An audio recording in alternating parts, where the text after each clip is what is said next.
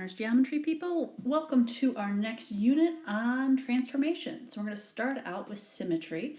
We are in Learning Target 2F, so the 2 means that this is going to go in Target 2, and we're going to compare and create transformations in a plane. Alright, so we're going to talk about 2 different basic things today, line symmetry and rotational symmetry. And let's start by defining symmetry. Okay, so there exists an isometry that maps the figure onto itself. Okay, so in this case we're going to talk about twisting and folding a figure to make sure that it looks exactly the same. I want to point out that these blue things here are links, so if you want to look at a more in-depth explanation of what the heck's going on here, feel free to click on those.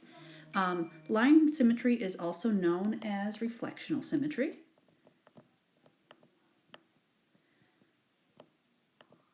And I want you to think mirror image.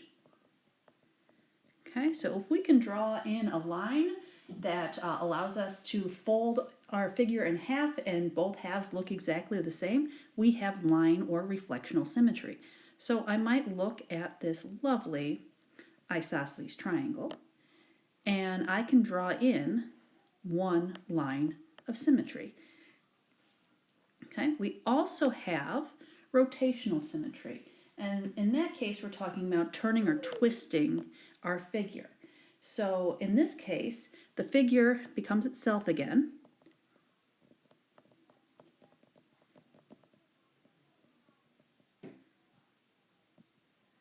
after 180 degrees or less of rotation. Okay, if it has exactly 180 degrees of rotation, it is called point symmetry.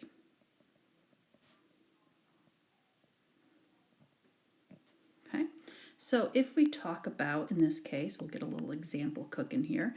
Now let's talk about an equilateral triangle or an equal angular triangle. So if I take this figure and I twist it, okay, you'll notice here that it's the same. You'll notice here that it's the same. So if we want to figure out what the degree of rotational symmetry is, we can draw a point in the middle and then connect all of our vertices.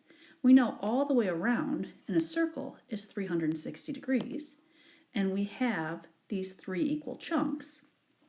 So 360 divided by 3, we have 120 degree rotational symmetry. Okay, so we're going to look at 2 examples looking at the lines of symmetry. Here we have a regular pentagon. So I can draw in one line of symmetry, 2, 3, 4, and 5.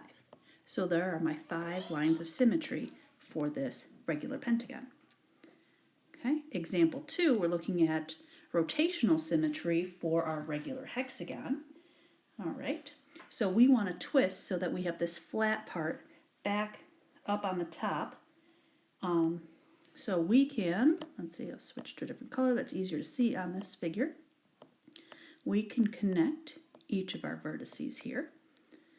Okay, we know all the way around is 360 degrees. We see that this is broken up into 6 equal chunks. So if I take 360 and divide by 6, I have 60 degrees of rotational symmetry, which means I could twist this 60 degrees, 120, 180, so on and so forth. Every 60 degrees will get me the same look, and I can get back to the beginning. All right, so there's some things to take a look at. There's an optional piece here. If we were in the classroom, we would be outside and you would be loving this day with our symmetry scavenger hunt. So go look outside in nature, find something that has exactly 2 lines of symmetry or infinite number of lines of symmetry. Have fun with it, but it is optional. The required piece is our symmetry worksheet. So answer some questions on symmetry and make sure you take the formative as well. All right, please reach out if you have any questions. I will see you online. Bye.